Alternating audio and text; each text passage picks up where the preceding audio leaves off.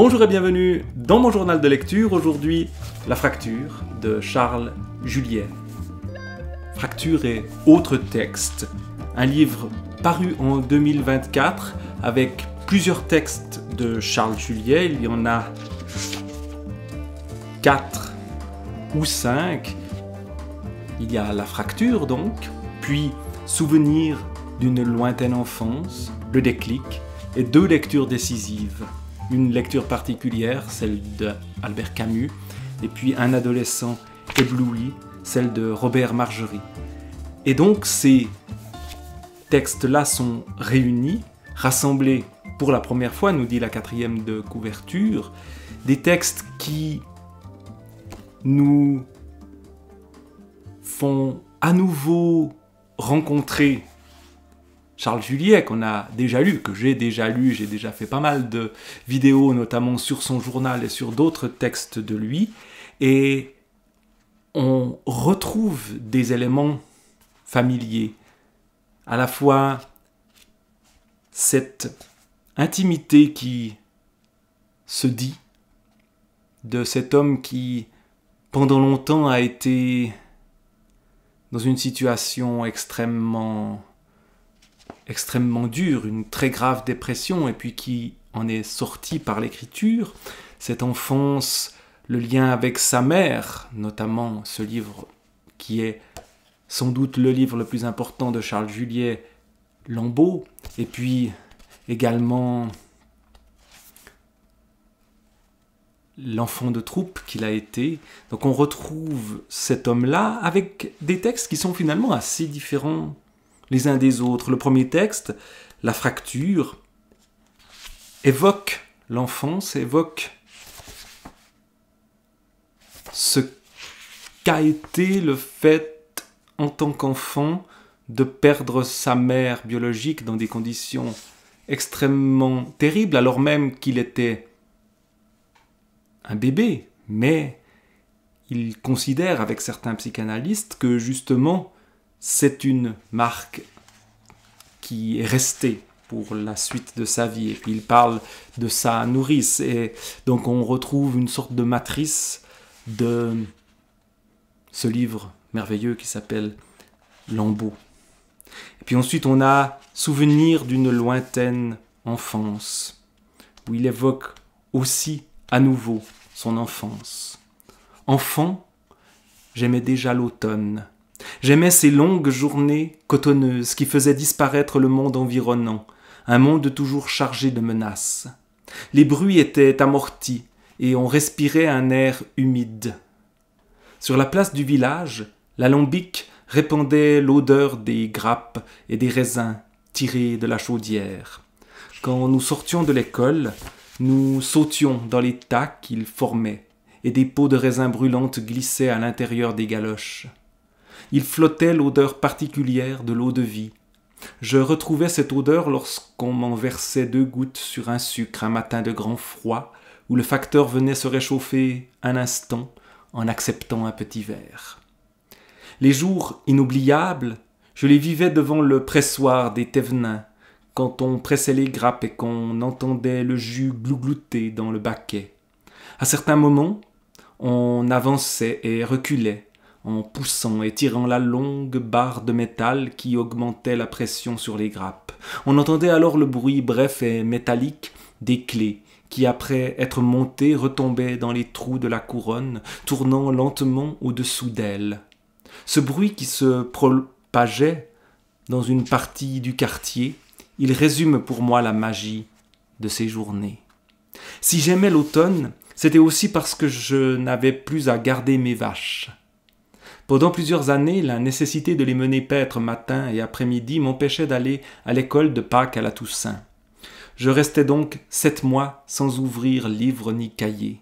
Et quand l'école recommençait, ne sachant plus rien, j'étais devenu un cancre, ce qui m'humiliait. Les Thévenins étaient nos voisins. Des voisins toujours prêts à nous rendre service. Contrairement à nous, ils possédaient un cheval et des bœufs. Lorsque nous avions besoin de ces bœufs pour aller chercher un chariot de bois au fond de Charmontet, ils nous les prêtaient volontiers. En échange, ils se servaient de notre four. Ils faisaient cuire leur pain toutes les 3 semaines. Après avoir sorti les miches du four, ils ne manquaient jamais de nous en laisser une grosse miche ronde et odorante. Et plus ce pain était rassis, meilleur il était. Voilà ces moments d'enfance racontés avec une très grande simplicité, mais une très grande sensibilité aussi. Ce pain, c'est évidemment la Madeleine de Proust, comme cette odeur d'eau de vie et ce moment de l'automne où Charles Juliet retrouve l'école, lui qui aime les livres, et donc ce retour en enfance, avec des moments difficiles aussi. Eh bien, là encore, on retrouve ce qu'on aime chez Charles Juliet, cette simplicité et cette authenticité et cette sensation d'une vie vécue de manière extrêmement intense.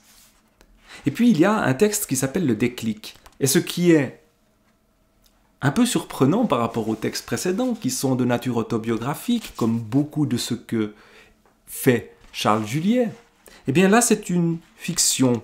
Le narrateur est un avocat qui se retrouve un soir de Noël dans une petite ferme en montagne. Il part avec sa voiture, décide de continuer la route coûte que coûte, de sortir une fois des sentiers battus, se retrouve donc quelque part dans les montagnes, il neige extrêmement fort et il se retrouve accueilli par des gens tout simples, cet avocat, et tout d'un coup, il a peut-être justement le déclic face à ces gens qui l'accueillent.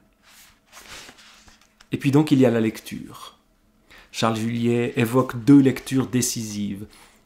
Le lecteur du journal de Charles Juliet que je suis n'est pas surpris par ces 2 lectures. Il y a d'autres auteurs qui comptent énormément pour Charles Juliet, qui l'évoquent un tout petit peu, notamment Samuel Beckett, mais Albert Camus, c'est un auteur essentiel. Et puis ce Robert Margerie, auteur aujourd'hui largement oublié, en tout cas je ne connais pas du tout l'œuvre de Robert Margerie, mais notamment un livre qui s'appelait Le Dieu nu, qui a marqué Charles Juliet et cette importance décisive de la lecture. La lecture, par exemple, donc d'Albert Camus, qu'il découvre un peu par hasard, en dehors des lectures imposées de l'école. C'est drôle parce que moi-même, le livre d'Albert Camus qu'il évoque comme une lecture en dehors des lectures imposées de l'école, L'étranger, eh bien, c'est devenu un livre qui, au fond, est l'incarnation même de la lecture imposée à l'école. Un livre qui, pour moi, qui ne l'ai pas tellement relu, a cette odeur scolaire qui n'est pas toujours très agréable. Eh bien, pas pour Charles Juliet. Donc peut-être que je vais aller relire le livre de Camus par la suite, que je vais me replonger dans cette œuvre-là grâce à Charles Juliet. En tout cas, lui a été marqué par Camus.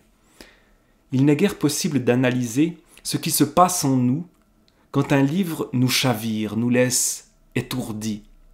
Assurément, il nous émeut, nous ébranle, nous atteint dans toutes les couches de notre être. Mais s'il a sur nous un tel impact, c'est aussi, c'est surtout, parce qu'il nous parle de nous-mêmes, de notre histoire, nous révèle ce qui était enfui dans notre inconscient. Moi, j'ai eu ce sentiment en lisant Charles Juliet, je crois. Peut-être pas ce livre-là, qui arrive un peu après beaucoup d'autres choses, mais en lisant son journal en particulier. Dès lors, ce livre ne nous quitte plus. Il demeure en nous, devient une part intégrante de ce que nous sommes. Ces rencontres qui nous font gravir un palier dans la connaissance que nous prenons de notre être intérieur, elles sont rares. La première m'a laissé un souvenir ineffaçable. Je l'ai vécu en lisant L'étranger. Un ami enfant de troupe comme moi m'avait invité à passer 3 jours dans sa famille, à Nice. Je devais avoir 15 ans. Ma vie se déroulait entre mon village et une caserne. C'est dire que j'étais d'une immense ignorance, que j'ignorais tout de la vie et du monde. En dehors de mes livres de classe, je n'avais strictement rien lu, pas même ces livres que lisent les enfants et les jeunes adolescents. C'était la mi-juillet. La chaleur était accablante. En ce début d'après-midi, mon ami et moi étions là, inoccupés, dans l'attente que vienne le soir qui nous permettrait d'aller flâner en ville. La sœur de mon amie Blanche m'a tendu un livre. Le nom de l'auteur ? Camus. J'ai pris ce livre, l'ai ouvert, et sans grand enthousiasme, à la seule fin de faire plaisir à Blanche, j'ai commencé à le lire. Aujourd'hui, maman est morte, ou peut-être hier. Je ne sais pas. D'emblée, ces mots ont retenti en moi. Évidemment, la mort de la mère ne peut que retentir en Charles Juliet. La mort de sa propre mère, même si on est bien avant l'écriture de Lambeau, on a peut-être quelque chose qui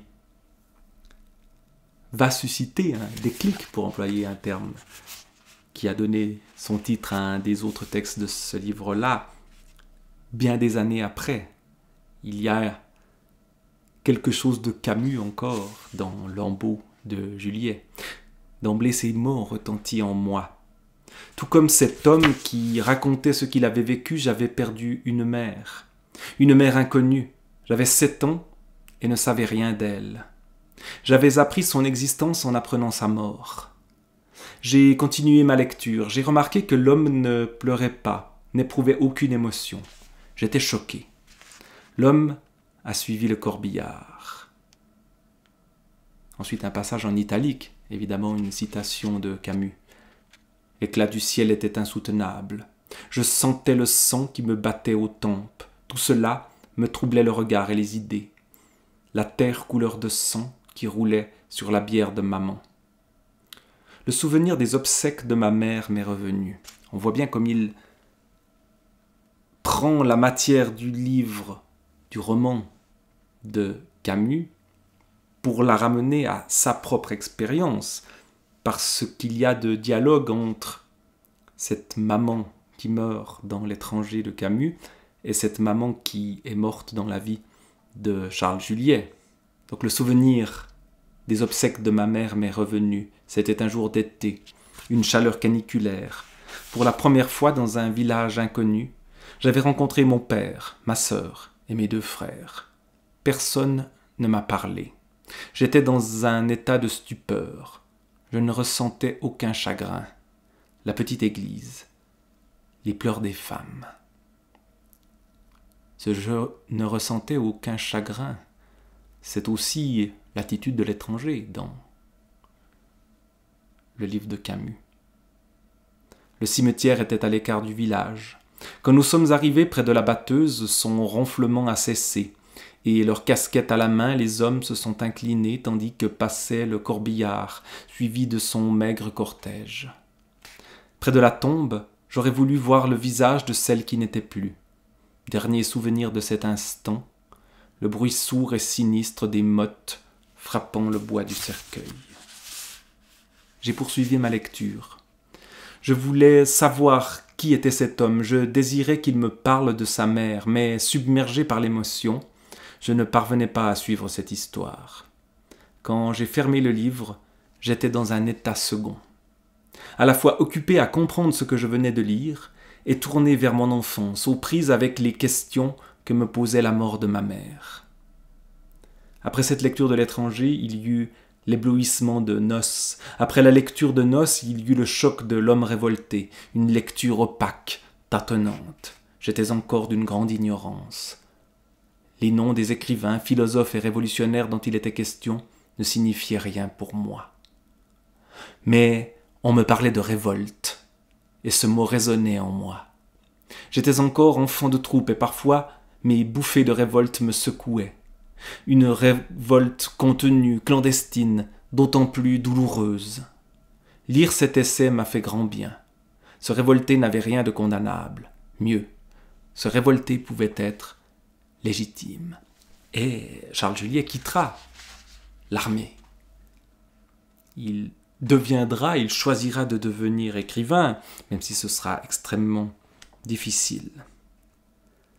Par peut-être l'intermédiaire d'Albert Camus et de cette lecture-là. Lecture décisive, comme l'est sans doute celle des livres de Charles Juliet. Lecture de l'enfance, de l'adolescence et ce retour sur soi-même et sur sa vie, sur les êtres qui comptent, notamment sa mère ici.